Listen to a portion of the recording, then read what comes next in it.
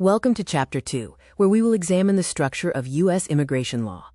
By the end of this video, you will be able to identify the major sources of U.S. immigration law and explain the roles of key agencies like DHS, USCIS, CBP, ICE, and EOIR. To start, here is some essential terminology. This includes the Immigration and Nationality Act, or INA, and the 5 key agencies involved: DHS, USCIS, CBP, ICE, and EOIR. We will also touch upon regulations, precedent, and the Notice to Appear, or NTA. The Immigration and Nationality Act, or INA, is the primary federal statute governing immigration, enacted in 1952.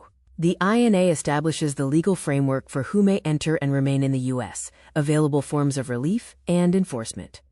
The Department of Homeland Security, or DHS, oversees immigration enforcement and benefits through 3 distinct agencies. The first is Customs and Border Protection, or CBP, which handles border security, ports of entry, initial asylum screenings, and issues the Notice to Appear, or NTA. The second DHS agency is Immigration and Customs Enforcement, or ICE. ICE focuses on interior enforcement, arrests, detentions, and deportations.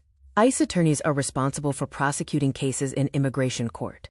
The third DHS agency is U.S. Citizenship and Immigration Services, or USCIS. USCIS is responsible for processing asylum and refugee applications, adjudicating visa petitions, and managing naturalization and citizenship ceremonies. Section 3 addresses the Executive Office for Immigration Review, or EOIR, which is part of the Department of Justice, not DHS. EOIR oversees immigration courts, the Board of Immigration Appeals, administrative law judges, and support staff. EOIR adjudicates removal cases, while DHS enforces immigration laws.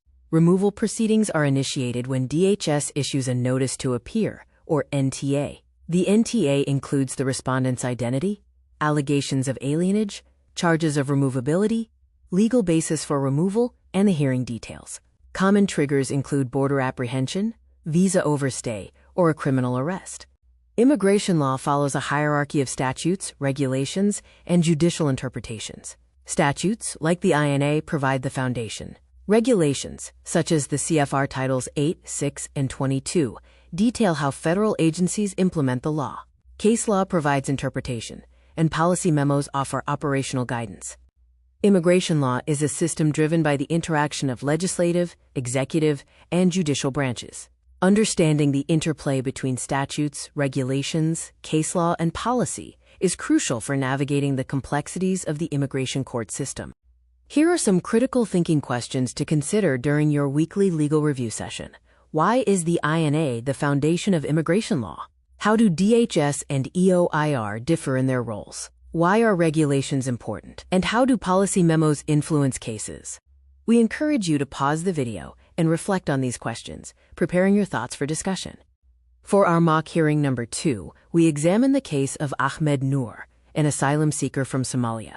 We will look at the procedural posture and the contrasting theories presented by the respondent's defense and the government, or DHS. The case involves a list of defense and government witnesses, as well as key exhibits. These exhibits include a DOS conditions report, a death certificate, the original ultimatum letter, and an affidavit detailing a raid on Ahmed's home.